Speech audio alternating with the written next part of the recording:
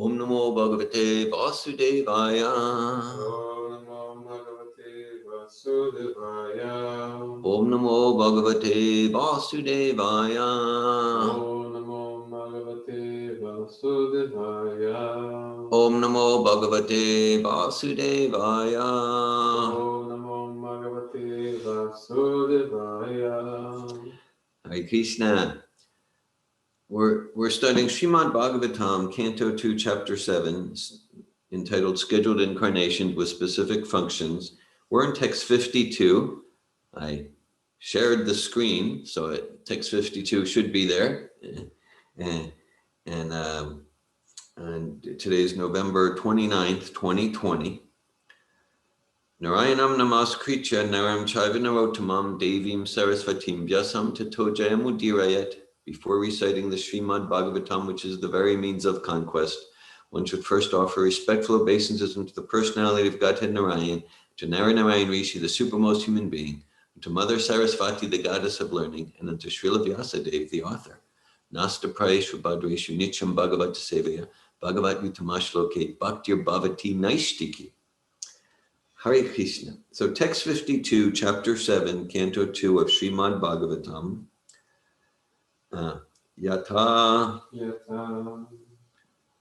Harao Bhagavati Nvinam Bhakti Bhavishyati Sarva Atmani Akila Adhare Iti Sankalpya Varnaya Yatta Harao Bhagavati Nvinam Bhaktir Bhavishyati Sarvatmanya Kiladhare Iti Sankalpya Varnaya Yata Harao Bhagavati Nvinam Bhaktir Bhavishyati Sarvatmanya Kiladhare Iti Sankalpya Varnaya Yata Harao Bhagavati Nvinam Bhaktir Bhavishyati Sarvatmanya Kiladhare Iti Sankalpya Varnaya Yatahara Bhagavati Nvinam Bhaktir Bhavishyati Sarvatmanya Kiladhare Iti Sankalpya Varnaya. Would someone online like to recite the verse?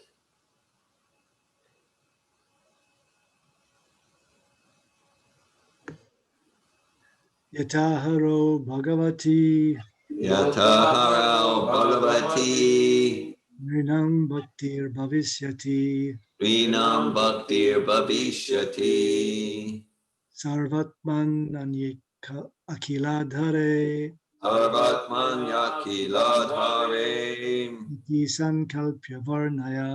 Iti Sankalpya Varnaya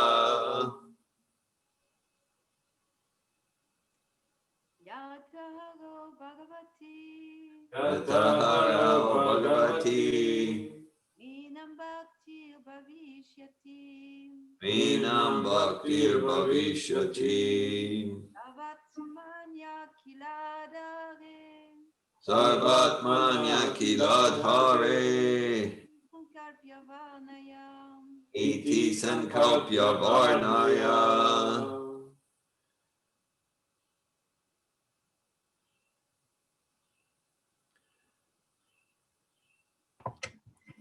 Yataharo Bhagavati Yataharo Bhagavati Nirnam bhaktir bhavishyati. Inam bhaktir bhavishyati. Sarvadmanya kiladare. Sarvatmanya kiladare. Iti sankalpya varnaya. Iti sankalpya varnaya. Yatha, Yata, as much as, as much as harau, allow unto the personality of Godhead, unto the personality of God, Bhagavati, Bhagavati, unto the Lord, unto the Lord, Nrinam, near nam, for human beings, for human beings, Bhakti, bhakti, devotional service, devotional service, Bhavishyati, bhavishyati, become enlightened, become enlightened, Sarva Atmani, sarva atmani, the absolute whole, the absolute whole, Akila Adhare, akila adhare, unto the summum bonum, unto the sound one, iti, iti, thus, thus, sankalpya, sankalpya, by determination, by determination, varnaya, varnaya, describe. describe. Translation. So this is Lord Brahma speaking to his son and disciple Narada Muni. Please describe the science of Godhead with determination and in a manner in which it will be quite possible for the human being to develop transcendental devotional service unto the personality of Godhead Hari, the super soul of every living being and the summum bonum source of all energies.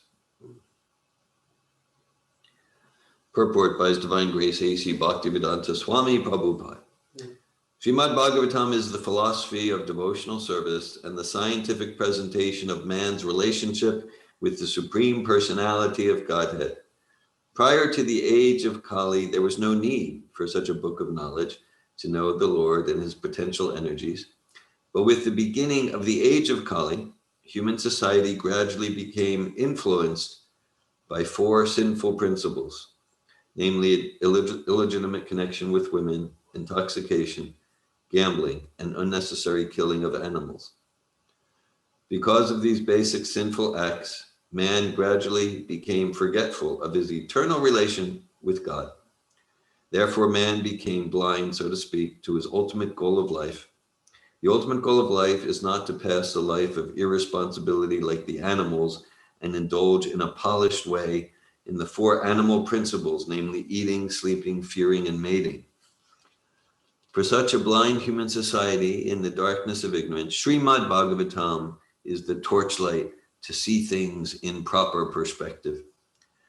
Therefore, it was necessary to describe the science of God from the very beginning, or from the very birth of the phenomenal world.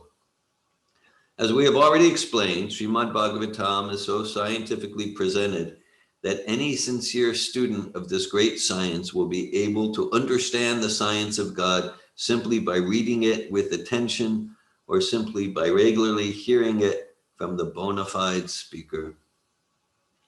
Everyone is hankering after happiness in life, but in this age, the members of human society, blind as they are, do not have the proper vision that the personality of Godhead is the reservoir of all happiness, because he is the ultimate source of everything. Janma Jyasya Yataha. Happiness in complete perfection without hindrance can be achieved only by our devotional relationship with him. And it is only by his association that we can get free of distressful material existence. Even those who are after the enjoyment of this material world can also take shelter of the great science of Srimad-Bhagavatam, and they will be successful at the end. Narada is therefore requested or ordered by his spiritual master to present this science with determination and in good plan. Narada was never advised to preach the principles of Bhagavatam to earn a livelihood. He was ordered by his spiritual master to take the matter very seriously in a missionary spirit.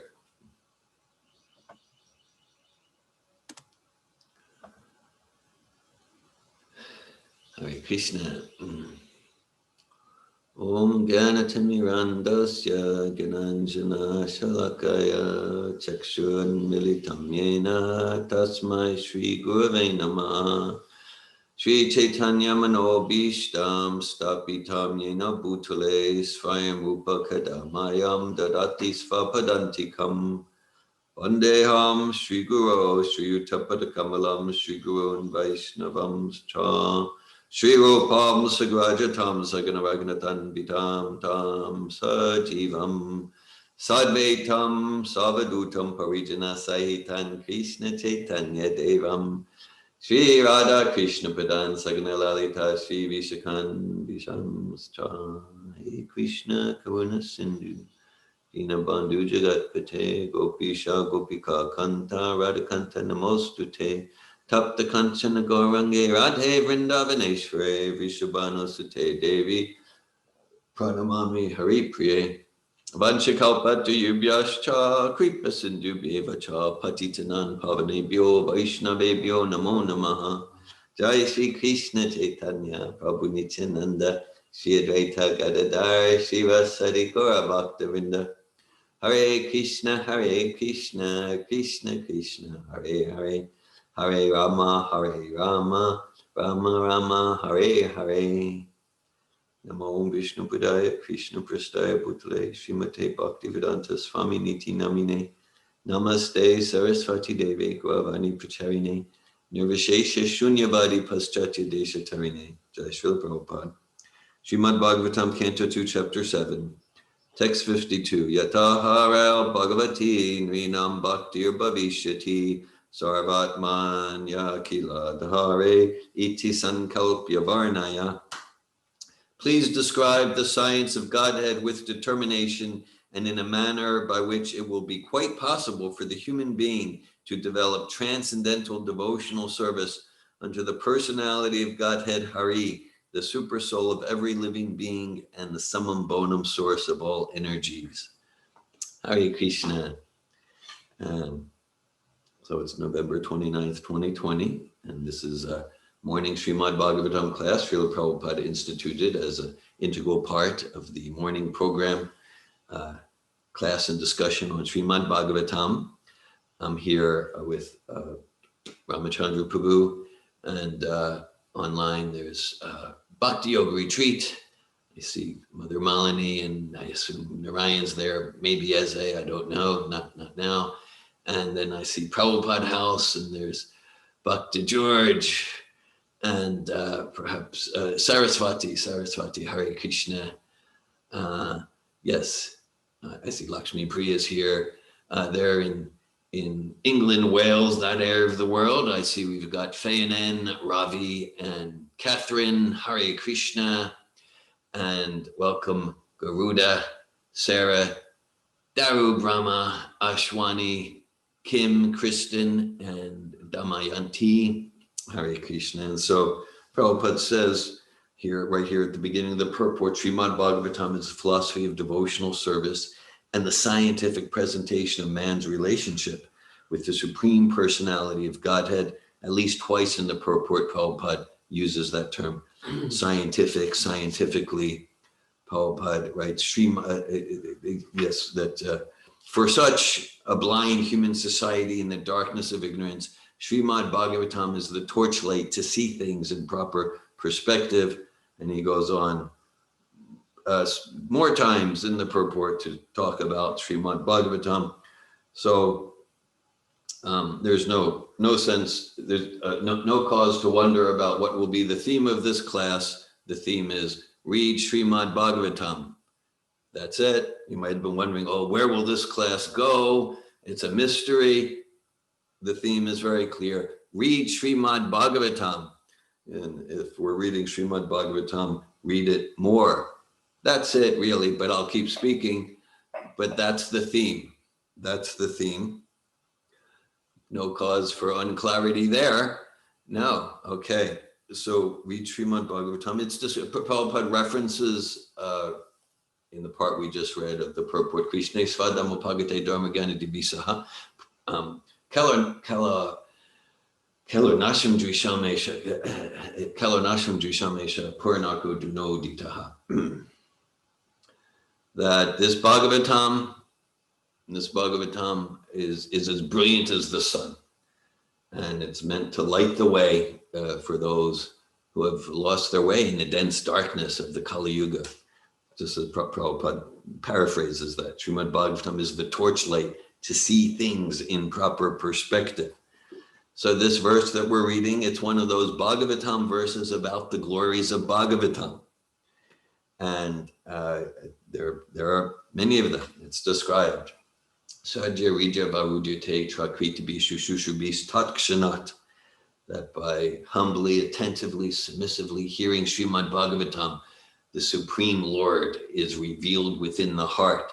So Krishna in his form as Super Soul Paramatma is always in the heart.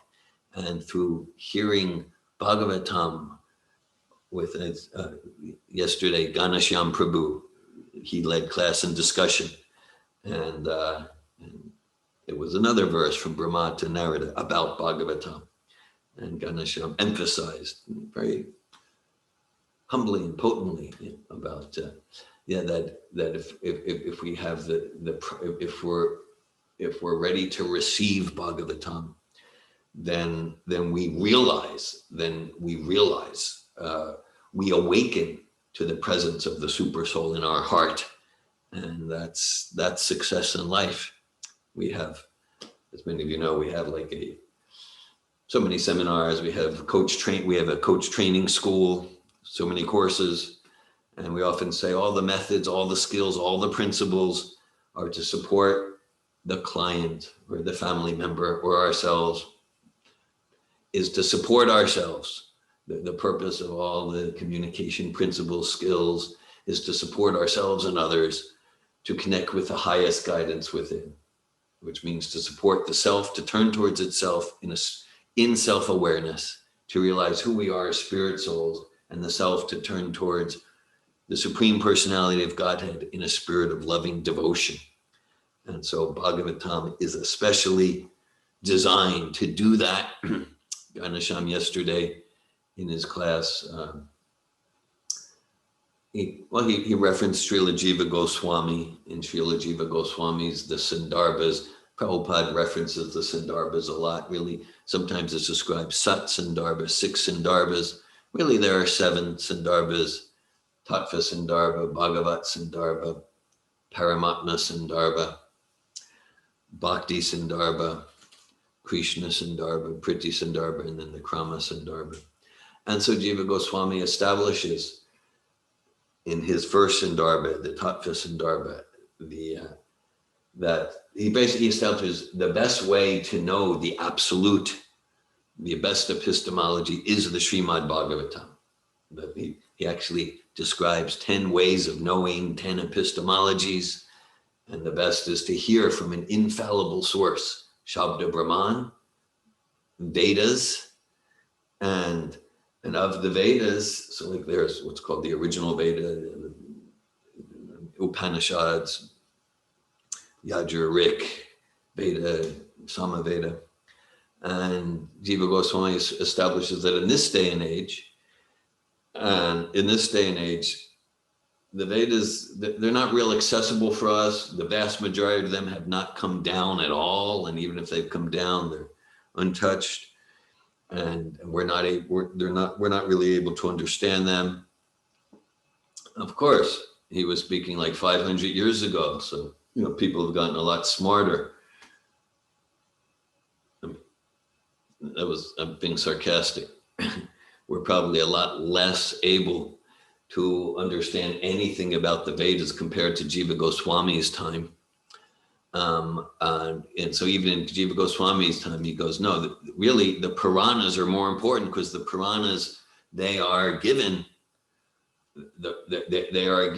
to explain the Vedas in a way that connects with us where we're at. And for the most part, they've come down in an authentic fashion. And then, as Ganasham so nicely described in the class yesterday, there are 6 Puranas for those to bring people from mode of ignorance to mode of passion, tamas to rajas, 6 Puranas to bring people from rajas to sattva. And then there's the Sattvic Puranas. And of the Sattvic Puranas, Srimad-Bhagavatam is topmost. Sora Vedi Dihasanam Saram Sarma Samudritam. It's the cream of the Vedic literatures. Nigama Kaptaror Galitam Plam Shukamukadam Rijas Dravya Samyutam Pibata Bhagavatam Rasamalayam Morahorasika Bhuvi Bavuka. That the Vyasadeva is encouraging us. Relish Srimad-Bhagavatam. Relish Srimad-Bhagavatam. It's the ripened fruit of the desire tree of the Vedas.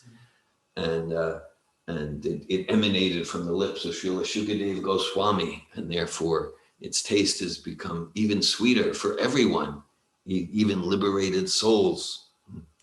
So, okay, again, it was a very inspiring class yesterday by Ganesham, and so he emphasized this point that so certainly this Shravanam, there's 9 processes of devotional service. The foundational process is Shravanam Kirtanam, and even more foundational than Kirtanam is Shravanam, because if we're going to speak, if we're going to sing, if we're going to chant, well, we're going to chant, sing, and speak what we've heard. So hearing comes first. Otherwise, we'll try to do kirtan, but if we haven't heard properly, then the vibrations we make, then they will not represent the absolute, and they could cause more entanglement in material complexities rather than liberation from them. Prabhupada would say about himself in relation to Srila Bhakti Siddhanta Sarasvati. Prabhupada would say that there was a well-known part of Prabhupada's history, and that he was visiting Bhakti Siddhanta. One of the few times he visited Bhakti Siddhanta in person, and they were in Vrindavan, and there was going to be a tour of one of the deities, the Sheshanai, one of the deities, and most went on the tour, but Prabhupada, because also that night Bhakti Siddhanta was going to be speaking, and Prabhupada, who was Abhay Charan at the time, not even Abhay Charan Aravinda, Abhay Charan at the time, and he decided, no, I'm going to stay to hear Srila Bhakti Siddhanta. And Prabhupada said that Bhakti Siddhanta marked him. Oh, this boy likes to hear, and that's the prime qualification. Prabhupada would sometimes say, often I didn't understand what Bhakti Siddhanta was saying. I couldn't figure out what he was saying. That's Prabhupada's humility. But I couldn't understand what he was saying, but I knew I wanted to hear. So that's key.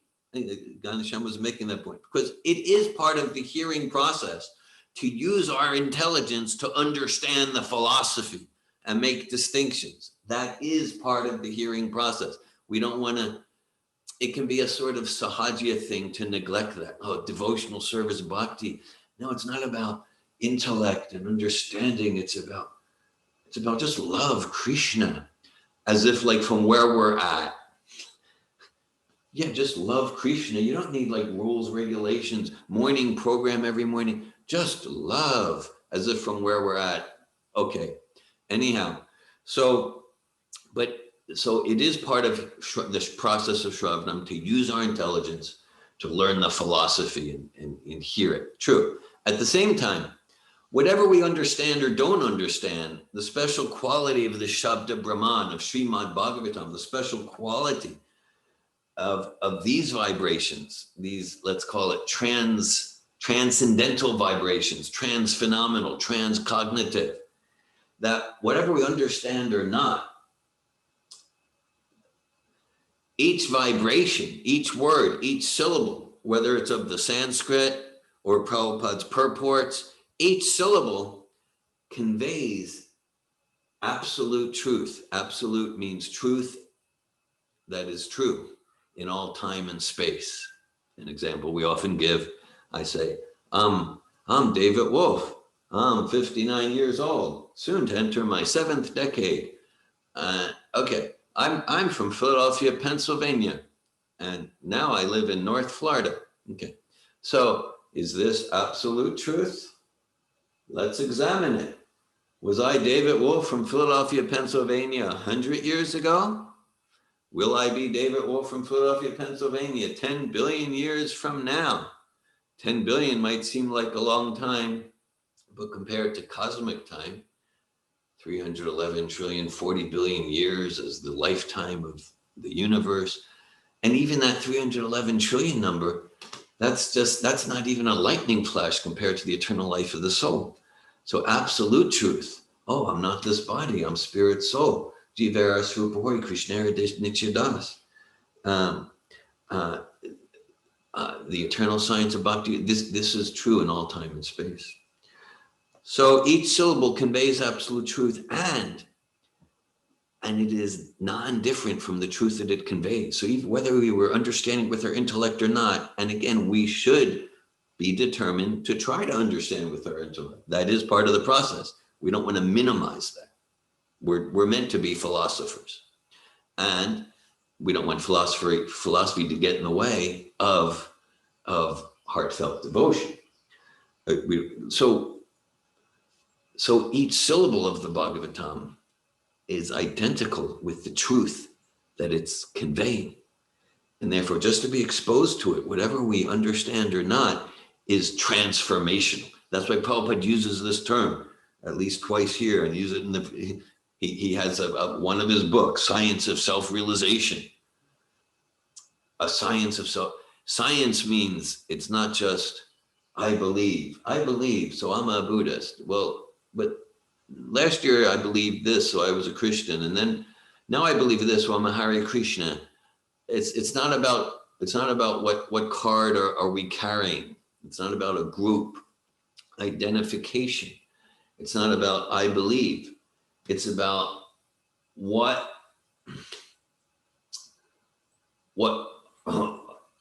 that's I know myself. I'm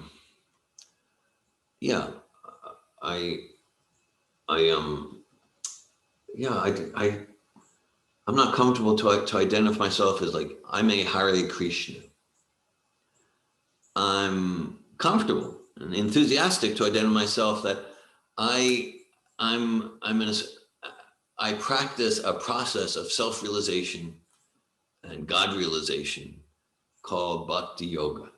I aspire to follow the principles, teachings, and example of A.C. Bhaktivedanta Swami Prabhupada. So then it's like, yes, I'm following a process through which we actually get transformation. That's science. Science is not just, I believe 2 parts hydrogen, 1 part oxygen makes water. I believe in this, like that. Science is, okay, there's a theory that logically makes sense. And then there's a process we can do to get an experience. And so that's why Prabhupada uses, it's the science of spiritual life. And reading, hearing Srimad-Bhagavatam is a integral part of the science.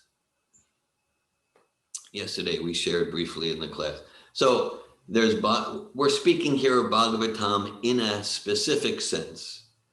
Like Prabhupada published 30 volumes of Bhagavatam in this format. It also exists in a 10-volume edition. Could be different formats.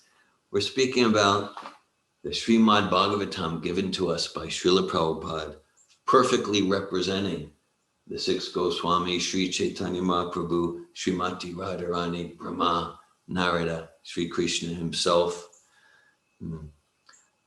Yesterday we referenced that it was at 1968, I think it was 1968, Montreal, somewhere like that. And anyhow, so one guest maybe had some idea that Prabhupada's talking about something sectarian. And so the guest, she said, what about Joan of Arc? She was saying, like, because there are saints in so many traditions. She said, what about Joan of Arc? And Prabhupada just matter-of-factly said, Joan of Arc, she is Bhagavatam, kind of like, that's obvious, isn't it? So that there's a very broad conception of Bhagavatam. Bhagavatam indicates the pastimes of the Supreme Personality of Godhead and his pure devotees. And it's not about in India, in Jerusalem, in France, in England, that wherever there are sincere devotees of God enacting pastimes and sincere, pure devotional service to the Supreme, then that's Bhagavatam. That's a chapter of Bhagavatam. So this is important.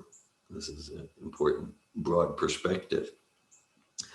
And so it's described, Tadbhag Visargo Janataga Viplavo Yasmin Patishlaka Yabhadavat Yapinaman Yananta Shun Kitanyach Shidbanti Gayanti Grinanti Sadava.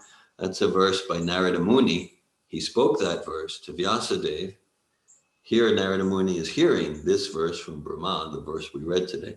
So in that verse he spoke to Vyasadeva, Narada Muni, he says that this Bhagavatam, this literature, because its intention is so pure and it points to the highest goal of human life for all spirit souls, that even if it's imperfectly composed, it will create a revolution in the impious consciousness, the impious lives of the civilization of Kali Yuga. Viplavo means revolution. Tadbhag Visargo Janataga Viplavo. So we can, this is maybe my conjecture, but I'm not the first one to conjecture it, that verse from Narada Muni spoken about 5,000 years ago, it foreshadows, it kind of predicts Srila Prabhupada giving us Srimad-Bhagavatam. Srila Prabhupada giving us Srimad-Bhagavatam. That verse, because if we look in history, sure, there are always Vaishnavas appreciating reading Bhagavatam in India like that.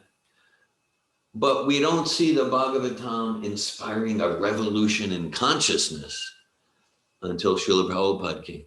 And that's what Narada Muni says, Viplava, a revolution in consciousness, which I think if we're a little awakened, it ought to be the only sort of revolution we're interested in. Otherwise, we say goodbye to the old boss, hello to the new boss. We can rearrange the ships, the chairs on the ship, on the deck of the Titanic.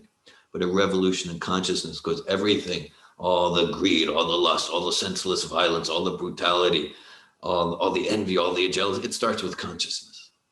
And if we don't change the consciousness, then we are left with lust, envy, greed, brutality, violence, and it could be in a system that we call democracy or monarchy or capitalism or communism, but it's all a festival of misery, again, unless we shift the consciousness. And Narada Muni says, even if it's imperfectly composed, especially if we look at Prabhupada's Bhagavatam, that he brought with him on the Jaladuta pre-1965, that he published in India. The English is rough in many respects. Still, Narada Muni is making the point, it has potency to transform the heart. That's real religion. That's real spirituality. It's not about I believe. It's not about I belong to this. It's about what process am I following to change the heart? And Prabhupada instituted Nasta Prayeshu Bhadreshu Nityam Bhagavata Sevaya Bhagavat Yutamashloki Bhaktir Bhavati Naistiki. That by regular attendance on classes in Srimad-Bhagavatam and by serving the personification of Bhagavatam, Srila Prabhupada himself, all that is troublesome to the heart is practically completely destroyed. And loving devotional service to the transcendent Lord, who is praised by the choicest verses, is irrevocably established in the heart. So it's actually, so are we experiencing a cleansing process?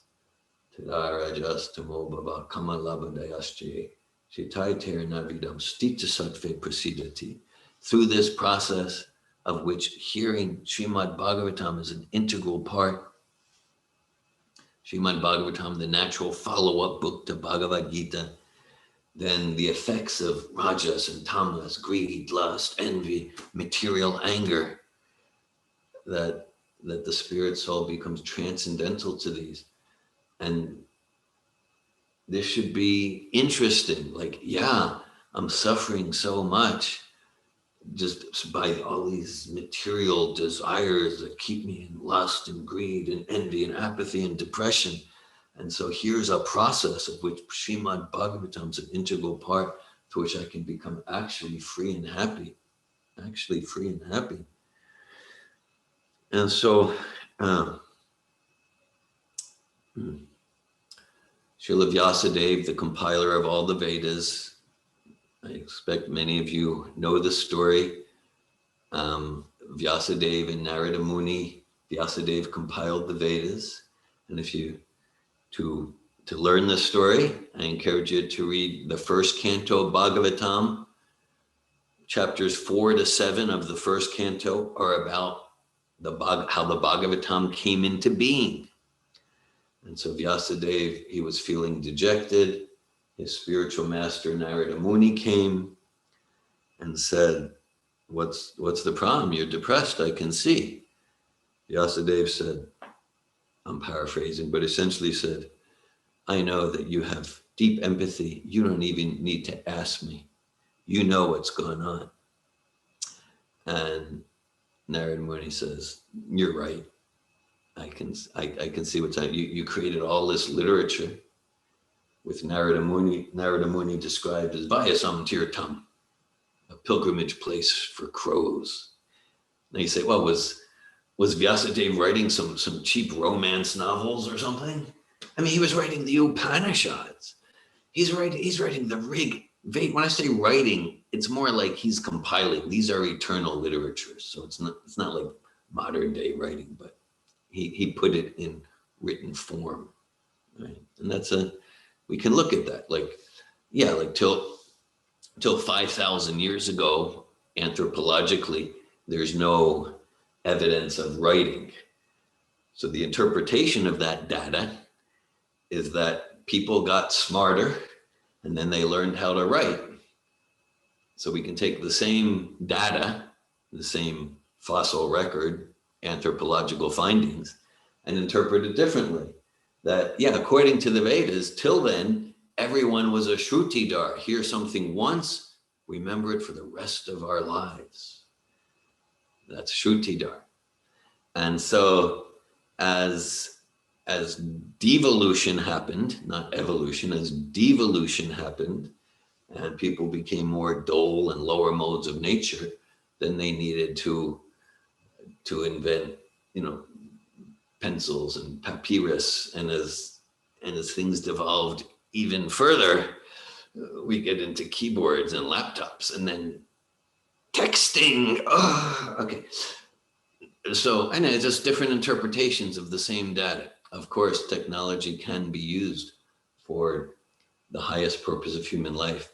That's our attempt right here. This is beautiful use of technology, discussing Bhagavatam.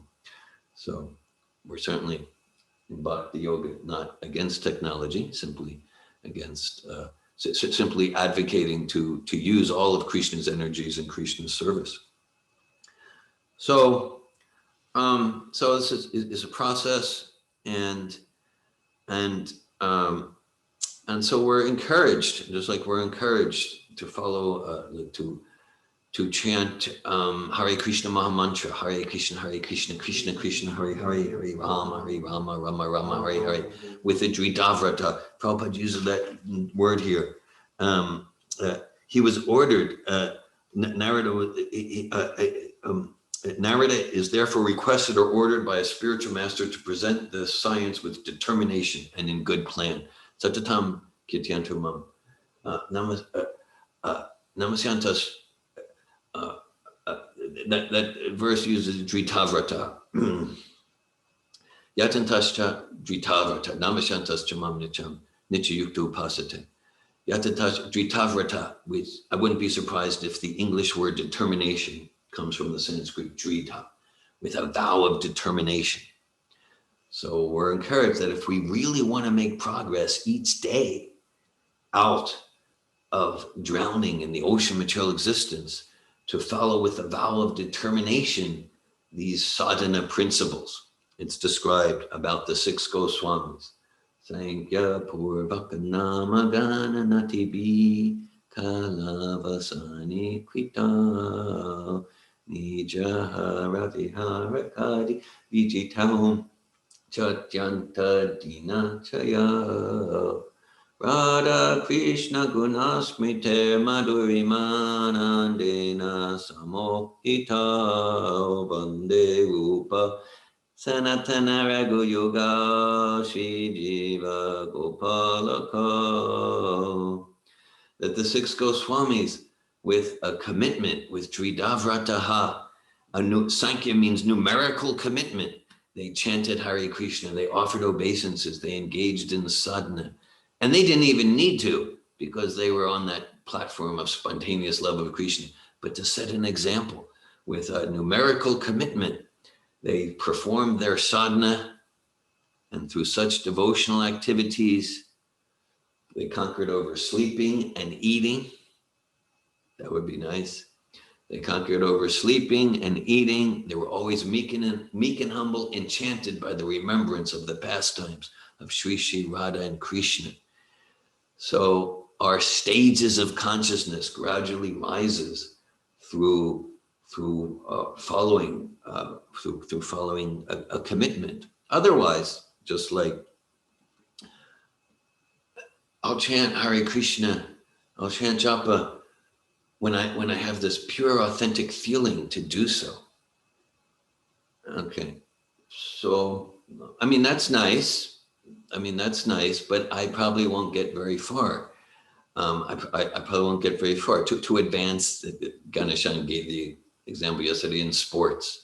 If one wants to get really good in sports, in some sport, it means we get a coach, we get a trainer, we regulate we might want to eat this, eat that. We might go and have this drug and drink this. No, but we're on a training. We get up early. We practice. We do our exercises. We regulate our eating. So that's sports. It's true in any field, and so certainly that's true if we're serious about self-realization. We can all take a look. To what extent am I serious? I'm really serious, not just lip service. I'm really serious about self-realization, about realizing my connection with God, becoming a devotee of Krishna, realizing who I am as spirit, soul. So then, tapo divyam putrokena savam shudyad yasmat brahmasakyam trinantam. So it's recommended, if we really want to progress substantially, to chant Hare Krishna, chant God's name when we feel like it, that's nice. Again, if we want to make substantial progress, then it requires like a vow. Srila Prabhupada request for those who get formally initiated, vow at least 16 rounds of Hare Krishna Mahamantra japa per day for this lifetime. And vow means sometimes I feel like it, sometimes I'm not. I'm a disciple. Means I'm disciplining myself according to the Shastra, according to the guidance given by my spiritual teacher. Just like an athlete will discipline himself or herself according to what the coach says if they really want to become at the Olympic level. So are we interested in Olympic level spiritual realization? That's our choice. That's our choice. So similarly with Bhagavatam, that it's recommended that we make a vow. We make a vow. Yes, I'm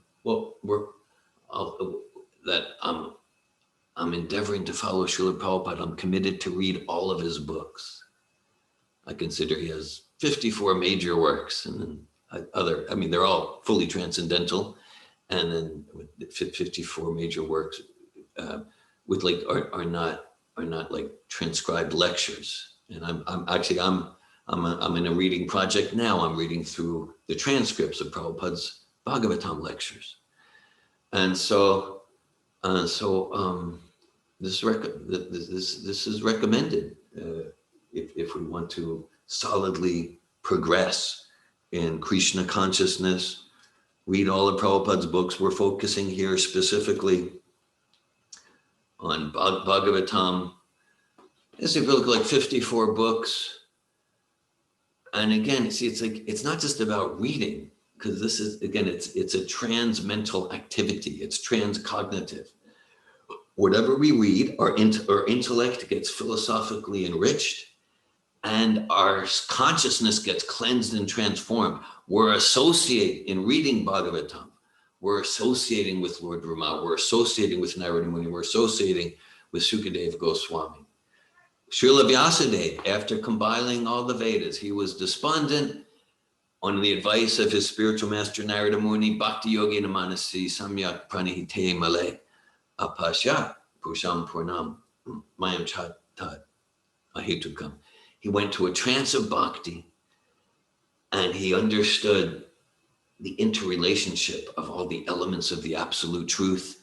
Sri Krishna, the supreme absolute truth, on his back, his energy called Maya, the living entities, Anarto Pashamam Sakshat Bhakti Yogam and Hokshaje, Glokasya Janatad Vibams, Chakre Sattva Samitam.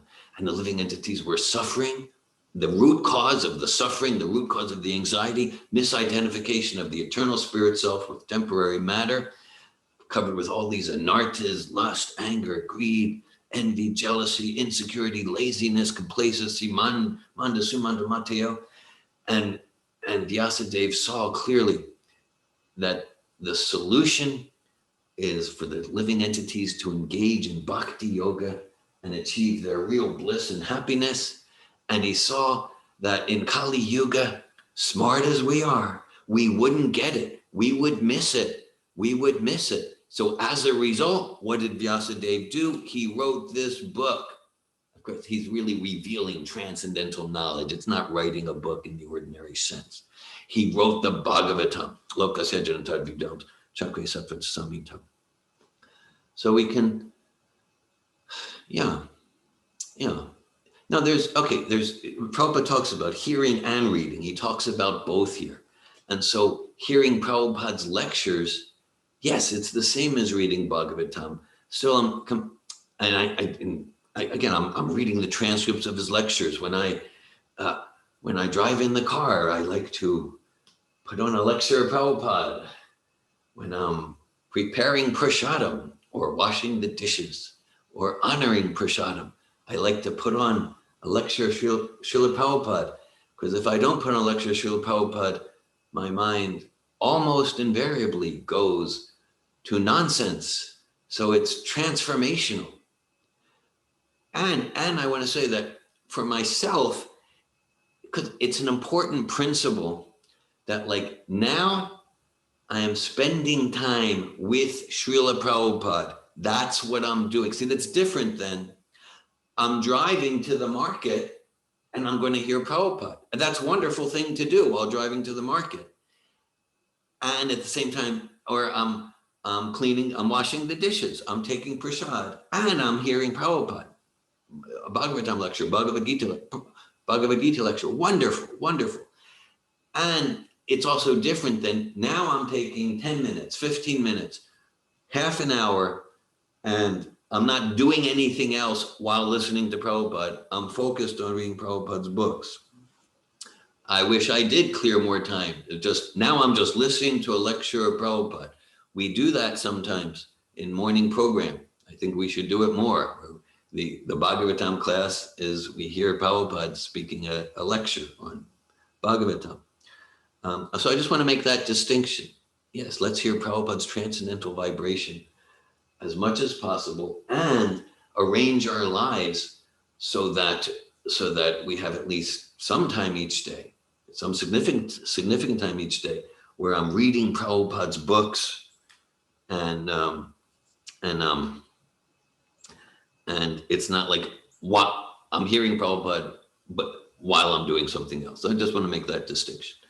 And Brahma is emphasizing, just as a closing principle here, Brahma says to Narada Muni, please describe the science of Godhead with determination in a manner in which it will be quite possible for the human being to develop transcendental devotional service unto the personality of Godhead Hari, the super soul of every living being and the summum bonum source of all energies. Yeah, and so Brahma is inspiring Narada Muni. Don't keep it to yourself. Share it, share it. And so in the line of Narada Muni and Srila Prabhupada, that to absorb, to hear, and kirtan, to share. And that sharing could be in whatever life share with discretion, not withholding, but share according to time and circumstance. According to time and circumstance. And Prabhupada emphasizes here, there's a verse in the Bhagavatam. Akama sarakama mokshakama udariditi vrena bhakti yoge nat yajeta pusham param. That whether one's full of material desires, one wants to just escape from material life, one wants pure devotion and has no material desire, whatever one's situation, it's not that, whatever one's situation, chant Hare Krishna, Tanyar Vidimananam, Ichatama Katobhyam, Yoginam Nipa Kirtanam, Haranamano Kirtanam. Read Bhagavatam, chant Hare Krishna from wherever we're at, however degraded and shameful we might be feeling on any given day or year, not to use that in a grungy, toxic way to avoid connecting with the process of devotional service. And it's not that, okay, well, I need to memorize, I need to be a complete master of Bhagavatam before I share it. No, we hear and we share. And then in share, that might open up for us understanding of, here's some things I'm not realizing so deeply. Let me study more. Let me hear more from Prabhupada. So whatever we get, and I'm using that term share. Preach, of course. Preach is it's a term that invokes a lot of reactivity, like that. But share, it's just like, yeah, like in a childlike way. I've got these lollipops. I want to share them with you. They're really good. I've got these toys. I want to share with you. So we've got this transcendental sublime process and knowledge, and it's natural for the soul to want to share, it's not about imposing. For me to feel secure, I need you to believe what I believe. Sharing with enthusiasm and non-attachment.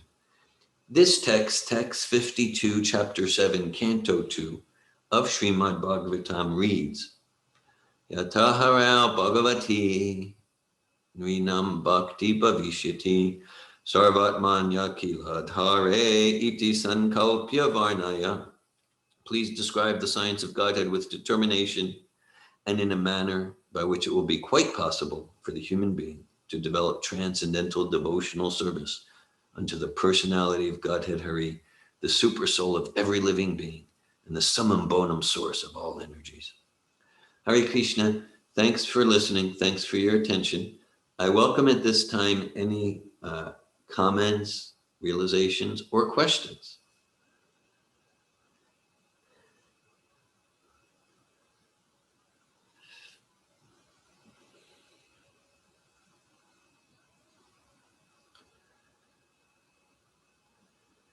Hare Krishna, Hare Krishna, Krishna. Something that comes up for me personally, it's like part of my process of realizing how I'm lacking in a lot of tastes, and yet getting the as I understand from your class, is obtaining that taste is immersing yourself in the process. And for me at this point, I feel it's a struggle, and I'm wondering, is it because I'm not suffering enough, or I'm not realizing that I'm suffering enough, or how to I don't know, allow myself to. I mean, now I'm here in the program, but simultaneously I'm my mind is not really in the program. Okay, yeah, your mind is drifting elsewhere. Yeah. And I see it's I'm much more than usual in the last 8 years of my practice. Yeah. Thanks for sharing, Ramachandra. Thanks for asking, and thanks for your vulnerable sharing. Yeah. Well, okay, I mean, speaking for myself, and my experience is consistent with the philosophy we hear from Bhagavad Gita and Srimad-Bhagavatam is, when I'm, okay, like let's say if I, just speaking for myself, you can decide what applies to you or not, like, okay, let's say if I just, I spend half an hour, 2 hour, 3 hour, 4 hour, just kind of wasting time on internet, this and that. Like, no, I'm not listening to devotional lectures on internet. I'm just going here and there, nothing to do with my service, just because my mind is lazy and I don't have enough energy to get up and go to sleep. So I'm on the internet and, okay, whatever. Okay. So then let's say then after I do that for an extended period of time, okay, all right, now let's read Bhagavatam. No way, I can't. I mean, Philip, maybe I kind of, but it's like, no, I am a mush brain. I am a mush brain, and I cannot read Bhagavatam. I am a zombie. I'm just deep in the modes. I have fallen deep in the pit. And then it's just like, it feels practically impossible to like open Bhagavad Gita or Bhagavatam or chant a round of japa. So when I'm in the downward spiral, and then I'm just like a machine attracted to go further in the downward spiral. And similarly, actually, okay, like I had, there was like several days in a row where every day, in addition to japa, 16 rounds, I was spending significant time with reading Bhagavatam lectures, and like that. And then I missed a day where I didn't read Prabhupada's books outside of morning program. And then it was a good, I wasn't happy I missed it, but like I was like, oh, I missed it. Oh, I want to get back to that because I got some taste. Somehow I got myself on the upward spiral, and then I missed, and then I got some taste, and then it was like, yeah, I don't want to spend just 15 minutes with. I would spend at least half an hour just studying Bhagavatam and reading through second chapter of Bhagavad Gita. I want to learn more verses. So that's it. Like if I'm on a downward spiral, then it takes more energy to just somehow, but that's the recommendation. We've gotten ourselves deep in the pit, and I just want to go deeper in the pit. I just want to hide under the covers, or just want to do something rajasically foolish or whatever. Okay, then the recommendation is somehow or other, maybe it's read one verse, whether you feel like it or not, or chant 10 Hare Krishna, somehow or other connect with the process and get on the upward spiral. And then there's some spark of taste. So that's what comes to me. Thank you. Thank you, Ramachandra.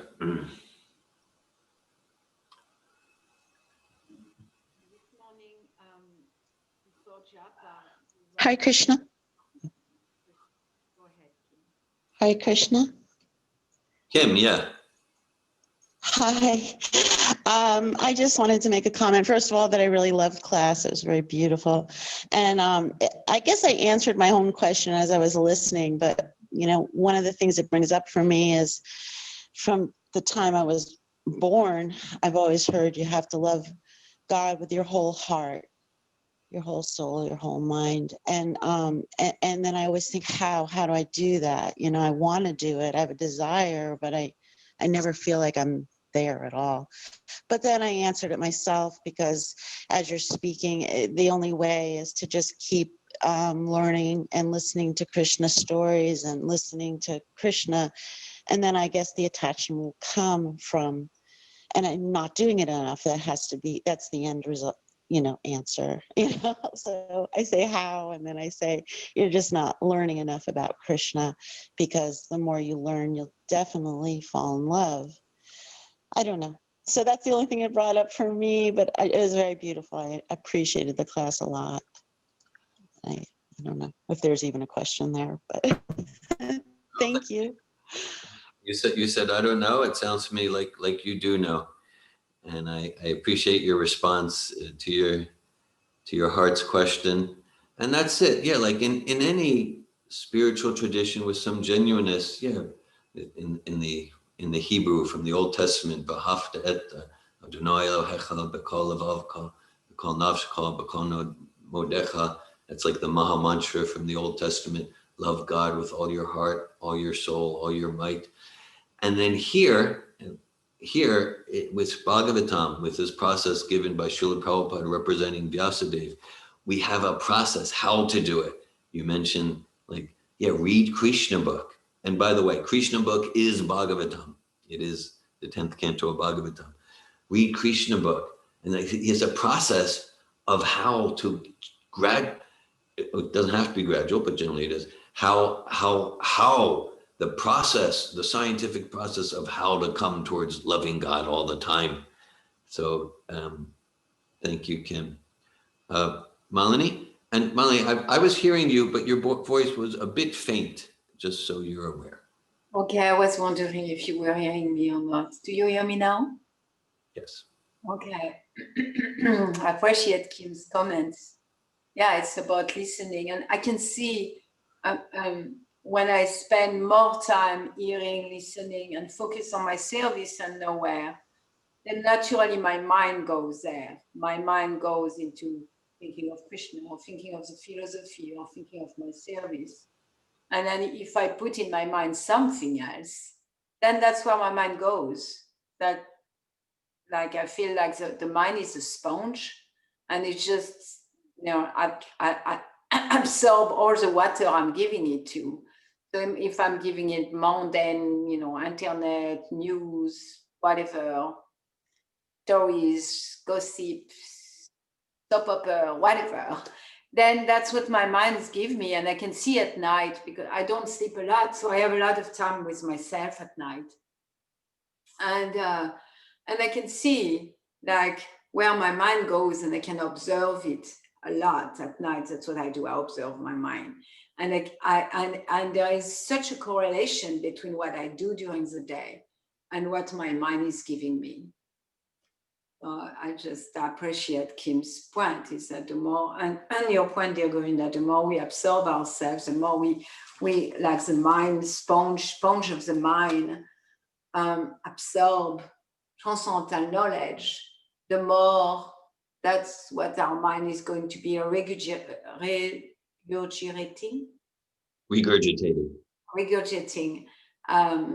when it's idle, when we are not using the mind goes wherever we have absorbed it, because that's what it gives us back. What I was sharing earlier is that this morning you were reading that lecture from Srila Prabhupada on the Happening album. And I don't know how many times I heard that lecture, many times. At one point I was listening to it every day. Like I wanted to learn it by heart. I still don't know it by heart, but almost. But today I heard it differently somehow. When you read about the marginal potency, and when the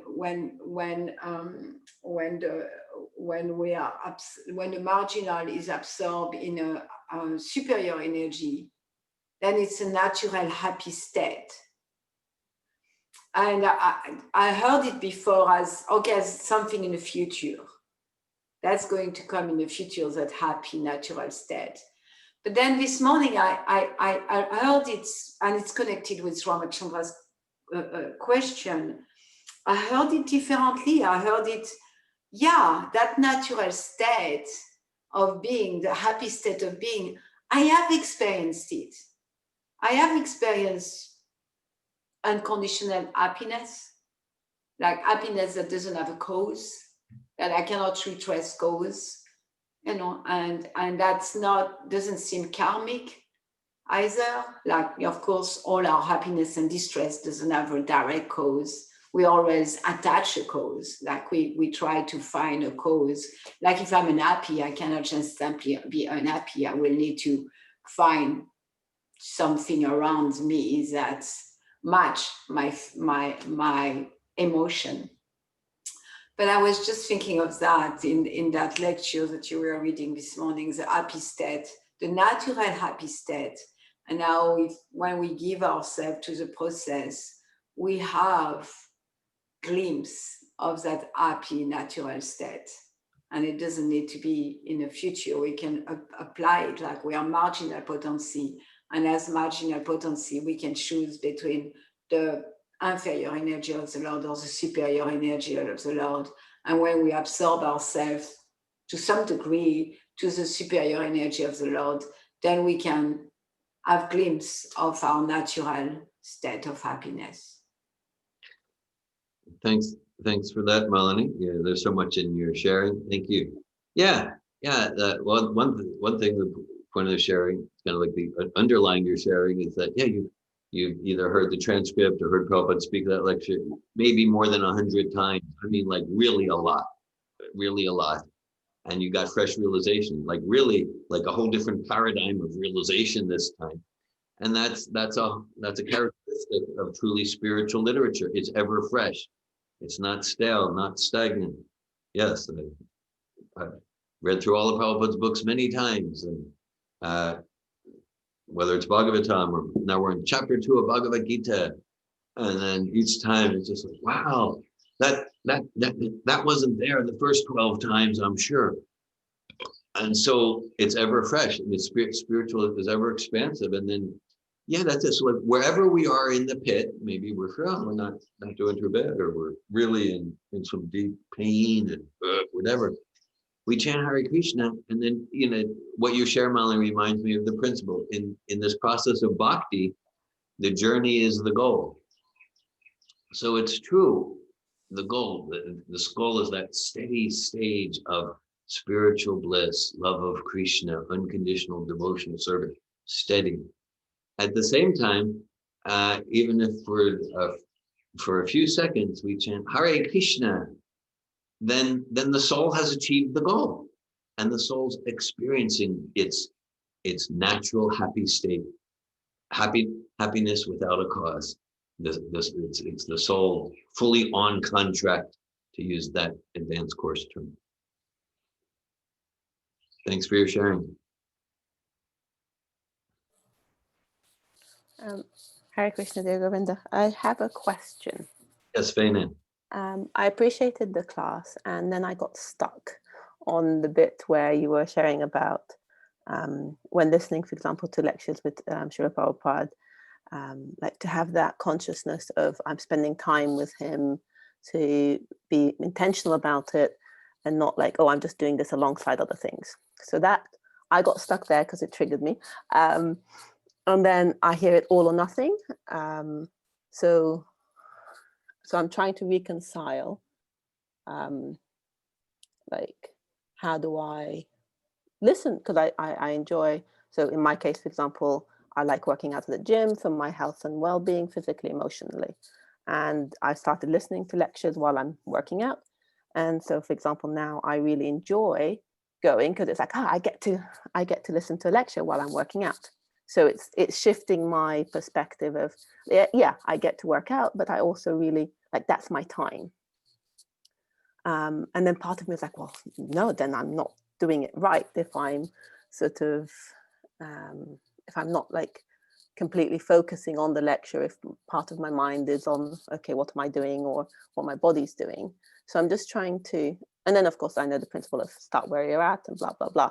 But I'm just naming it because I feel a little bit triggered and unsure about like, what is it? Yeah, anyway, that's my question or sharing. Thank you, Faina. I appreciate your sharing and question, and it helps me to communicate more clearly than I did during the class. That we're working out at the gym or at home, and we're listening to Prabhupada. That's wonderful. Keep that going. It's the perfection of physical fitness.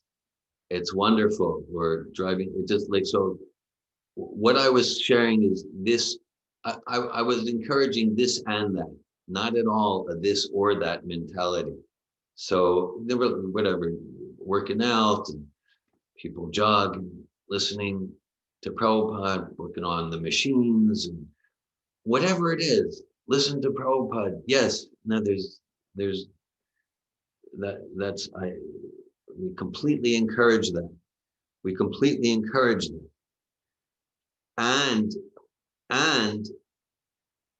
also we encourage, on behalf of Srila Prabhupada, to spend at least some time, if it's not on a daily basis, or I'm pretty sure you're doing this too. So I'm glad for the chance to clarify. I am in no way minimizing or invalidating listening to Prabhupada while working out or cooking or eating or driving in the car. I'm not discouraging, I'm fully encouraging.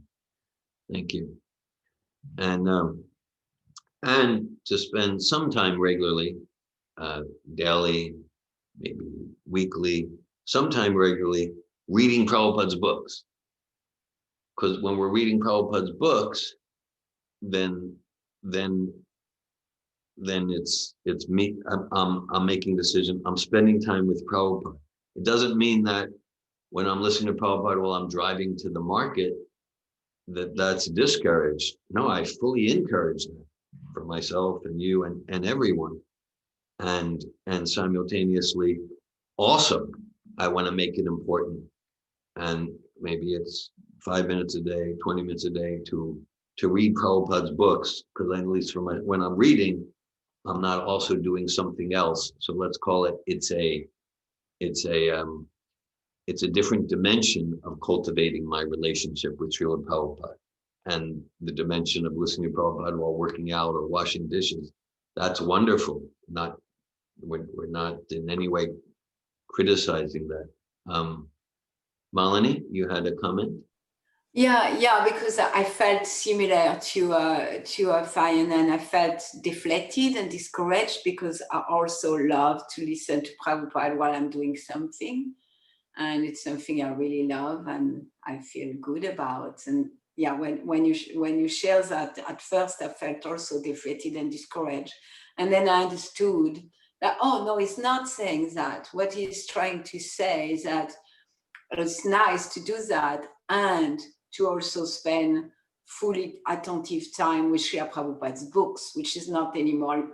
You were not saying listening to class with attention, even so it's a good thing to do, and sometimes we do it during our morning program. What I understood later on, after I felt that discouragement, I understood, oh no, it's just speaking about spending time with the book and reading the book and spending time like that with doing nothing else but reading.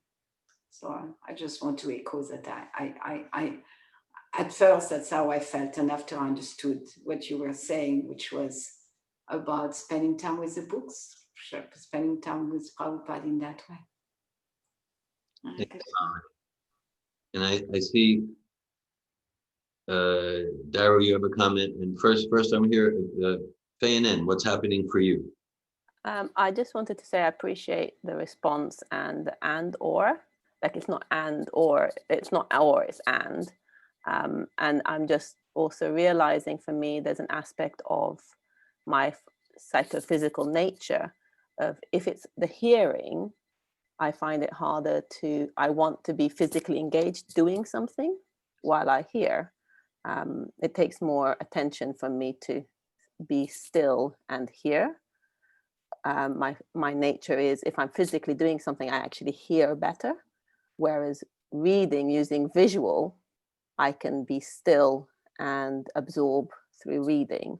So it just highlighted for me, it's like understanding different people's nature, psychophysical nature, and working with that, and the differentiation between the hearing versus the reading, and all of them are with the intention of spending time in that relationship with Srila Prabhupada, whichever way it is. So thank you. I appreciate the clarification.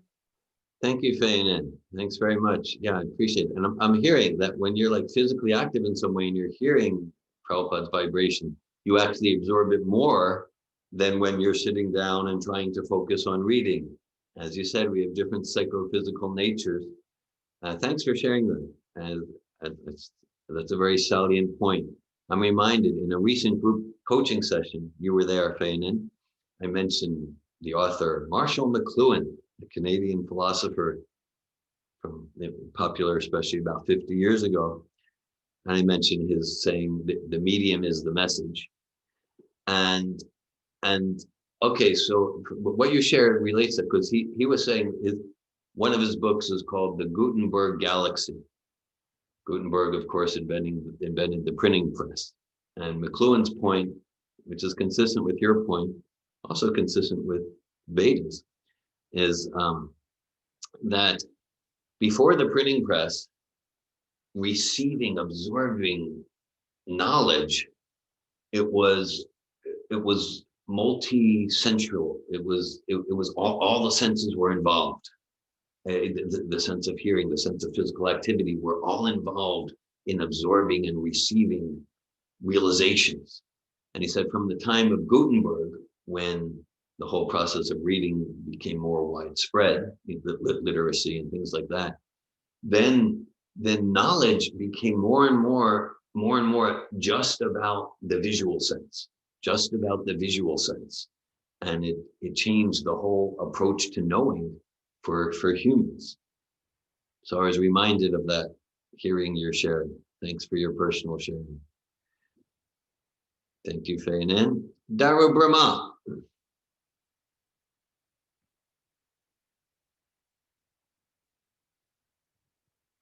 I see your hand raised, Dhira, but I'm not hearing you. Maybe you're trying to speak and you're on mute. There I go. Okay, you can hear me now? Yes. Sorry. Anyhow, just due to what Finan said, it reminded me of the famous thing, like when you come to Krishna consciousness, even and other things, it says you got to stop desires, stop thinking, and it's like it's so hard because like how do you just do that, you know? And but the nice thing about Krishna consciousness is that, in other words, ideally, yeah, if you can just chant and think about Krishna, it's great. But if you're going to chant and drive, it's better than nothing. I mean, it's like you can do it. It's not like you shut your life off. And I love the way of putting it, and it's so nice because it's just that what my point is anyhow is it's just that or even let's say we can't do much reading and something else, that's hard, but let's say you're working in the kitchen cutting or cooking and you're listening to a lecture. It's better to do the two things rather than just the one, so anyhow I'm just saying that this whole thing of you can't really stop everything. It's like if I say with the famous thing, control your car. Doesn't mean park on the side of the road. That means keep driving, but control your car. So Krishna consciousness is keep acting, but just be more controlled about it. Doesn't mean you don't think of anything else but chanting, or even when you walk on a campus or anywhere, you chant. I mean, you should still ideally chant while doing it rather than, I got to only look at Krishna while I'm chanting. No, I mean, better to do walk and to chant. So anyhow, I hope it's making a little sense, but these are thoughts that were coming to my mind as I was hearing the discussion, Does it make any sense at all? To me, it does. I appreciate your sharing. Thank you, Dhira Brahma. Yeah, it's this and that for sure. I appreciate your examples. Thank you, Dhira. Yeah, it's just our mind is such that we tend to, unfortunately, go to the this or that, and not just Fanny, but a lot of us. It's like, I got to control my senses. No. It's you do this and do that. It's not like, because that's the whole thing that really came to me is that a lot of us have that brain, which this or that, and it doesn't. I don't like that. I like the way of the and, and that you added. So that's all what I'm saying, basically. Okay. Thank you, Hare Krishna. Sarah.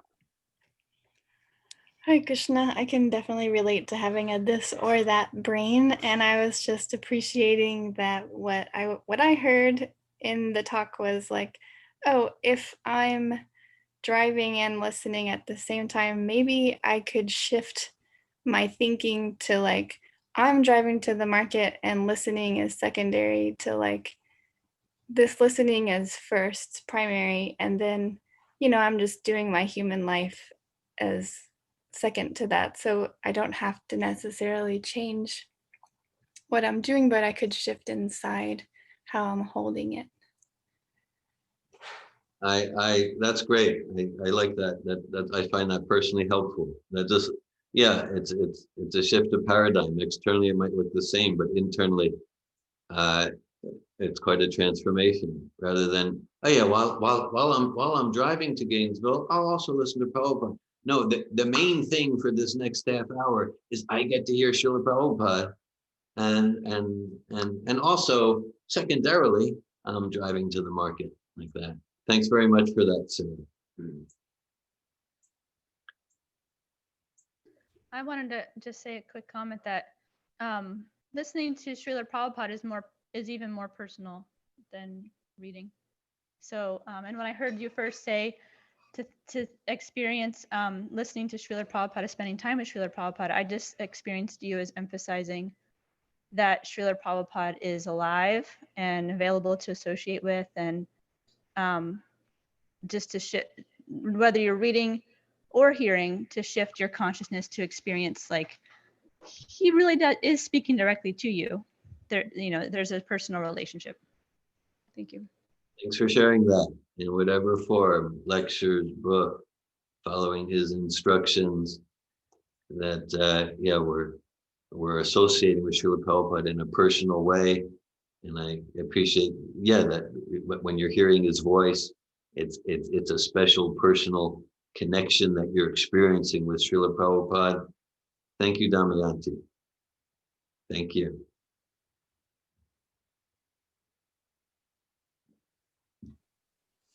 In a verse, it said, describe with determination. Yeah. And in a manner by which it will quite be possible for human beings to develop transcendental devotional service unto the personality of Godhead. I was just, like you spoke about Dhira, which is determination of vows. And here I'm sensing that it's the same and it's different at the same time. It's that describe with determination. I'm just thinking, what does that mean, describe with determination? Thanks for highlighting that. What's happening for me in terms is Brahma is encouraging. Share this, share Bhagavatam according to your realization with, be unstoppable. Don't let any obstacles get in the way. Make that your life and soul. And then we can see Narada Muni is certainly successful in that. Srila Prabhupada is the quintessential example of that. To determination. Nothing will get in the way of me enthusiastically sharing this eternal wisdom. Yeah. What comes to me is that thinking of that determination is okay, like describe with determination. I go shopping and I meet people and I'm thinking of their welfare in that way. Like, how can I speak or be or in any way that will support them to want to be serving God, or like the determination determine my state of mind all the time. I was like Prabhupada is an epidemic of that, but like Brahma directly said that determination, and to practically, it seems that the goal of life will be achieved if all we do with our mind is using our mind with determination to describe the personality of Godhead in a manner that will encourage others to come to the transcendental devotional service of the Lord. And I like that. It's like a constant meditation, that determination. I appreciate it. Thank you for sharing. Thank you, Malini. Yeah, then we're determined. Then Krishna, through Super Soul, will present abundant opportunity. 2 days ago, I went canoeing with my son Abhimanyu, and the fellow, he's a fellow in his late 30s. He was a fellow giving us the canoe and picking us up at the spot. And anyhow, he started expressing interest because he heard something about Bhakti Yoga, and even he saw a podcast about the Bhagavatam, so Abhi must have had some determination to follow in the footsteps of Narada Muni, because even this fellow who gave us the canoe, we got into this like amazing Bhagavatam conversation with him. And so I just assume Abhi just had this fierce determination to share Bhagavatam somehow or other. So Krishna arranged it. Thank you all. Srimad-Bhagavatam ki Yeah. jai. Prabhupada ki jai. Hi. Yeah.